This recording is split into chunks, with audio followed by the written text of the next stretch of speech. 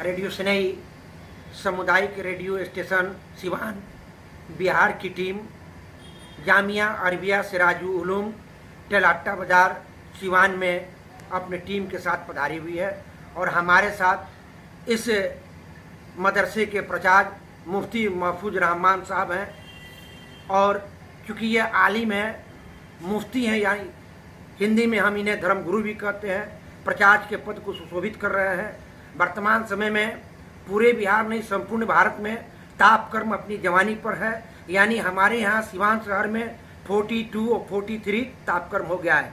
कल मैं समाचार देख रहा था तो राजस्थान में जहाँ हमारा पाकिस्तान की सीमा मिलती है वहाँ 49.9 अर्थात 50 सेल्सियस डिग्री तापक्रम हो गया था।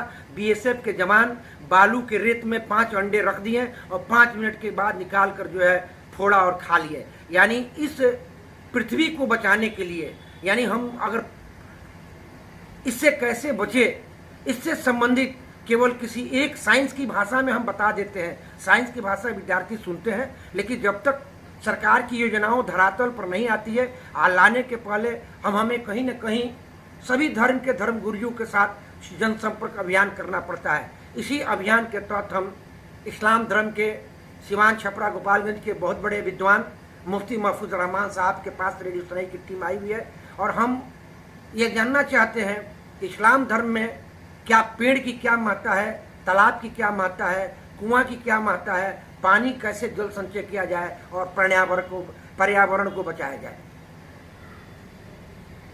बहुत बहुत शुक्रिया। मैं मुबारकबाद देना चाहता हूँ रेडियो स्नेही सिवान को। तो उन्होंने इस वक्त की बहुत हॉट टॉपिक पर ये प्रोग्राम किया है, इसके लिए मधुसूदन जी मुबारकबाद के मुस्तहिक हैं। इस्लाम के ताल्लुक़ से आपने मालूम किया तो मैं ये बात अर्ज़ कर दूँ कि इस्लाम दीन फितरत है। इंसान की जुमला ज़रूरियात का हल इसके अंदर पूरे तौर पर बतलाया गया है। इंसान के नफ़ा पहुँचाने वाली कोई छोटी सी छोटी बात भी ऐसी नहीं है जिसकी मुकम्मल तालीम हमें इस मज़हब में न मिलती हो। ये माहौलियात का तहफ़्फ़ुज़, ये तो बहुत बड़ा मसला है, ये तो इंसानों की ज़िंदगी का मसला है। ख़ास तौर से मधु जी ने 2 चीज़ों का तज़किरा किया, दरख्तों का और पानी का, तालाब का।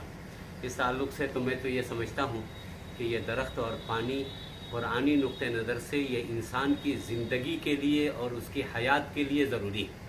कुरान करीम को अगर देखा जाए तो मुझे जहाँ तक याद आता है, कुरान करीम में तकरीबन 63 मकाम पर अल्लाह ताला ने पानी का तज़किरा किया है। बहुत अच्छा। 63 टाइम्स अल्लाह ताला ने कुरान करीम में पानी का तज़किरा किया है। बल्कि कुरान ने तो ऐसी ऐसी हकीकतों को बयान किया है कि साइंस तो वहाँ बहुत बाद में पहुँची। अल्लाह फरमाते हैं कुरान करीम के अंदर कि जितने चरिंद परिंद और जंतु जीव हैं, हमने इन सब को पानी से बनाया, पानी से पैदा किया। वजालना मिनल माई कुल्ल शैइन हई। इंसानों के बारे में भी अल्लाह फरमाते हैं कि हमने इंसान को पानी से पैदा किया।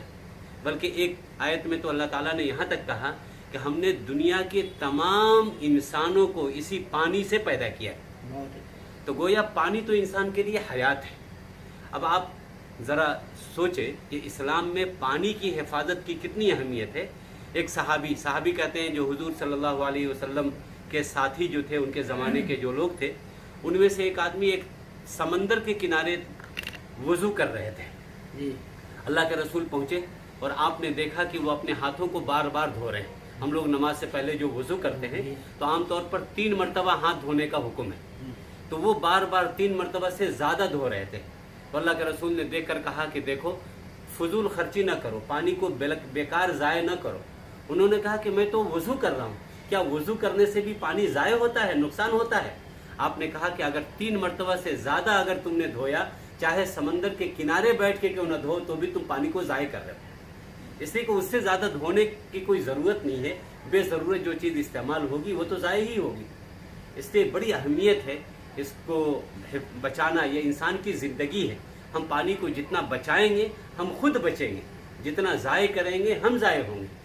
और माहौलियात का तहफ़्फ़ुज़ और टेम्परेचर वगैरह के बारे में, ग्लोबल वार्मिंग के बारे में आपने कहा।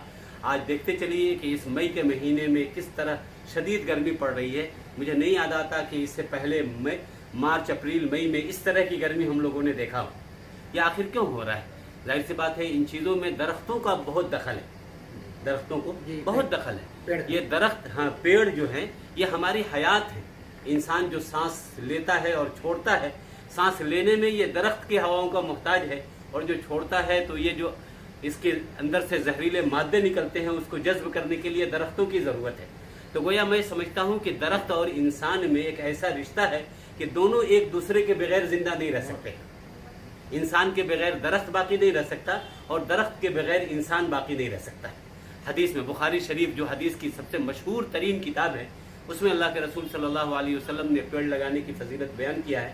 آپ نے فرمایا کہ کوئی آدمی اگر کوئی درخت لگاتا ہے اور اس سے کوئی جانور، کوئی پرندہ، کوئی چوپایا اگر اس سے کوئی پھل کھاتا ہے، اس سے کوئی فائدہ اٹھاتا ہے، تو یہ اس کے لیے صدقہ اور ثواب کی چیز ہے، اس پر بھی اس کو نیکی اور اجر ملتا ہے۔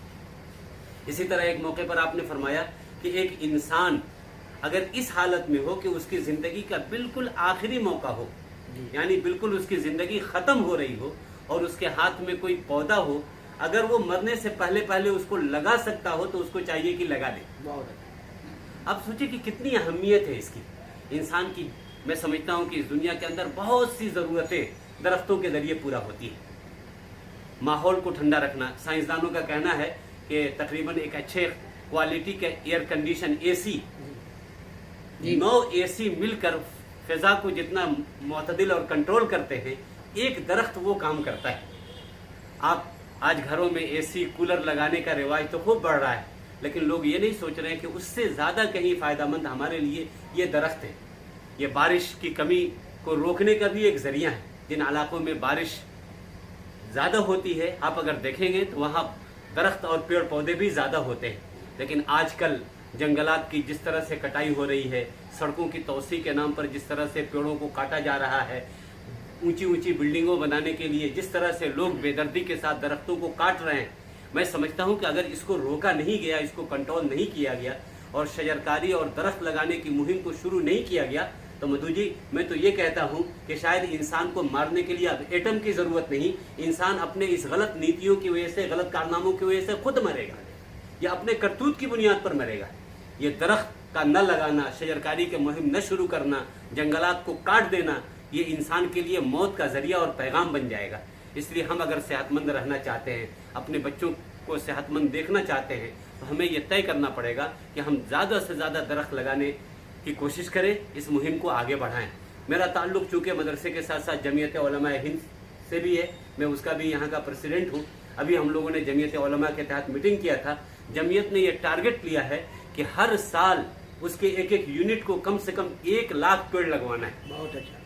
یہ ہم لوگوں نے آل انڈیا لیول پر یہ ہم لوگوں نے ایک ریزولوشن پاس کیا ہے، اور الحمدللہ اس پر کام شروع بھی ہو گیا ہے۔ بہت سی جگہوں پر بہت تیزی کے ساتھ کام ہو رہا ہے۔ اس لیے ہم یہ سمجھتے ہیں کہ اس کی ضرورت ہے، اور صرف لگانے کی ضرورت نہیں بلکہ اس کی دیکھ ریکھ کرنا، اس کو پالنا پوسنا، وقت پر اس کی ضرورت کو پورا کرنا، اس کی بھی ضرورت ہے۔ بہت مرتبہ مہم کے تحت لوگ درخت تو لگا دیتے ہیں، فوٹو آ جاتا ہے، پھر اس کے بعد لوگ بھول جاتے ہیں۔ اس سے کام نہیں چلے گا۔ آپ دیکھیں کہ آپ کی کتنی ضرورتیں اس سے پوری ہوتی ہیں۔